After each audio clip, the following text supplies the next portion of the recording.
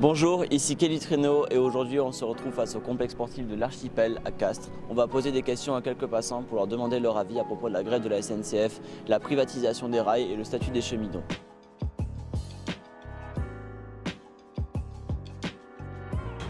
À la logique, il faudrait qu'on soit tous au même point, comme nous. On a les fonctionnaires, on s'en va à 62 et les autres ils partent à 55 ou 52. Bon, c'est vrai qu'il y a une époque, il y a 40 ans en arrière, c'est vrai, il y avait le charbon, tout ça, c'est logique. Maintenant, ça n'existe plus. Au moins, un point d'égalité. Qu'on soit tous au même niveau. Bon, nous, on ne peut pas partir, bien sûr, à 55. Et après, en avantage, bien sûr, ils ont pas mal d'avantages quand même. Après, ils ne se rendent pas compte les avantages qu'ils ont quand même.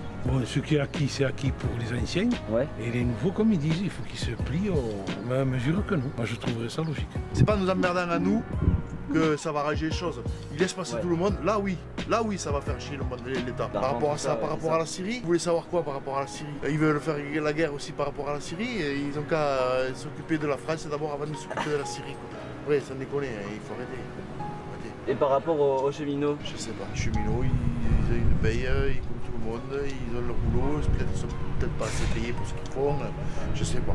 Eux, ils ont un peu plus de responsabilité que nous quand même. Et ils portent du monde derrière, c'est comme un chauffeur de bus, c'est pareil. Il a un accident il y a 2 ou 3 mois, c'est le responsable qui c'est lui. La responsabilité qu'ils ont le droit à avoir de ces primes. Les anciens se sont battus pour avoir tout ça, maintenant il y a un nouveau président, il arrive, il faut tout en l'air. Qu'est-ce que vous pensez du statut des cheminots à l'heure actuelle? Moi je pense qu'on devrait leur laisser parce qu'ils ont un travail qui est assez compliqué comme ça. Puis en plus dans toutes les autres entreprises, par exemple chez Airbus, ils ont d'autres avantages aussi, donc je vois pas pourquoi on devrait leur enlever. Par rapport aux cheminots, je pense que non, on ne devrait pas leur enlever leurs privilèges, que chaque entreprise propose certains privilèges à leurs employés et que si on leur enlevait à eux leurs privilèges, c'est-à-dire que toutes les entreprises vont aussi enlever les privilèges qu'ils proposent à leurs employés, donc chaque entreprise est libre de proposer les privilèges qu'ils veulent.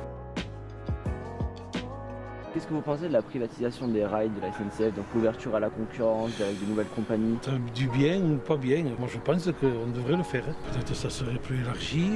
Dans les plages horaires aussi, qu'il y ait plus de retard comme il y a en ce moment, peut-être ça s'arrangerait aussi parce qu'ils disent mais c'est tous les jours qu'ils ont du retard, tous les trains, tout le temps.